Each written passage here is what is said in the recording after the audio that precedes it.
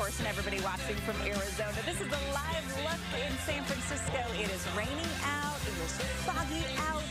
I wish they could bring some of that rain over here because we've got another week of no rain in the valley. We'll talk about your hot forecast coming up in just a few minutes. But first, it is back to school time, and a lot of kids are already back doing that remote learning. And this used to be such an exciting time for kiddos.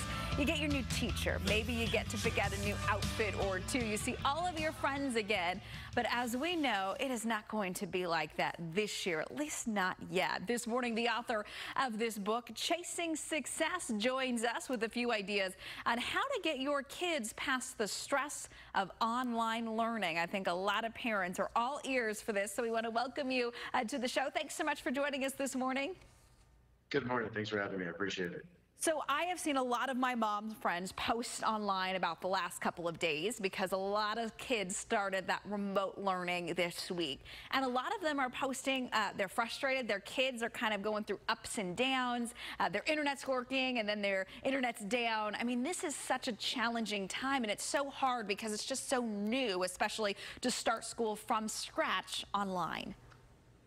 It is a challenging time that we're in, right? Obviously, but and as everyone knows, this is the year of 2020. That's just what we have to deal with. But, you know, one of the things I would recommend is with your children, make sure that you stay, you got to have social interaction. And as they're navigating through this, let them vent out with their friends and their family. Because we as parents, sometimes we want to try and fix everything for them.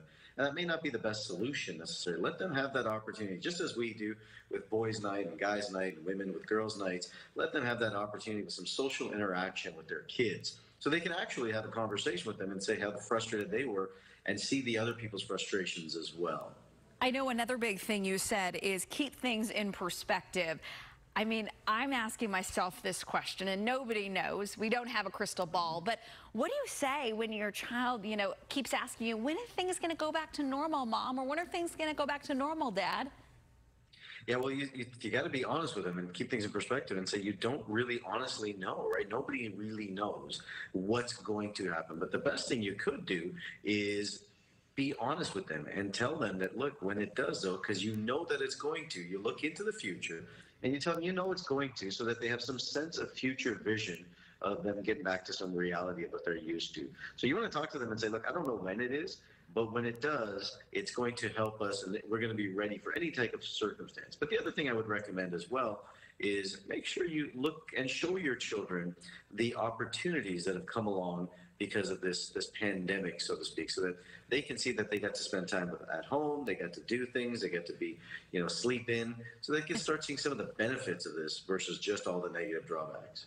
Definitely important to hear them out as well. But you said it is also equally probably as important to have some fun. I mean, even if that's just at home or in the backyard, you've got to incorporate some type of activity or just something to kind of get their minds off things. Absolutely. And then this is a great opportunity, right? Like, how many parents want to go back and sometimes act like a kid?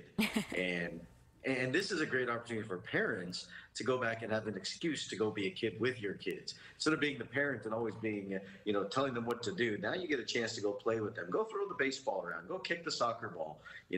Have a water gun fight. It seems like you guys are in a tremendous heat wave over there. Maybe a lot of water gun fights are necessary over there to cool everyone off. But have some fun with the kids, because you are now, as a parent, you're their friend, you're their social interaction, you're their friends at school. So all that's important.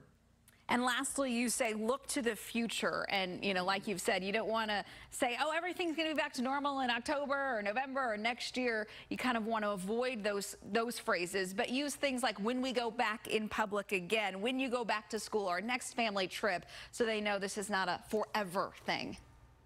Absolutely. That's exactly right. Plan out into the future and let them know that you're going to get back to some normalcy, but just don't give an exact timeline, because kids, as you know, will hold you to that timeline. But you said, Dad, or you said, Mom, it's wiser to be a little bit vague when you make those statements. Well, we appreciate your advice this morning. Obviously, just good things to hear as kids start that remote learning from home. Thanks so much. Well, thank you so much.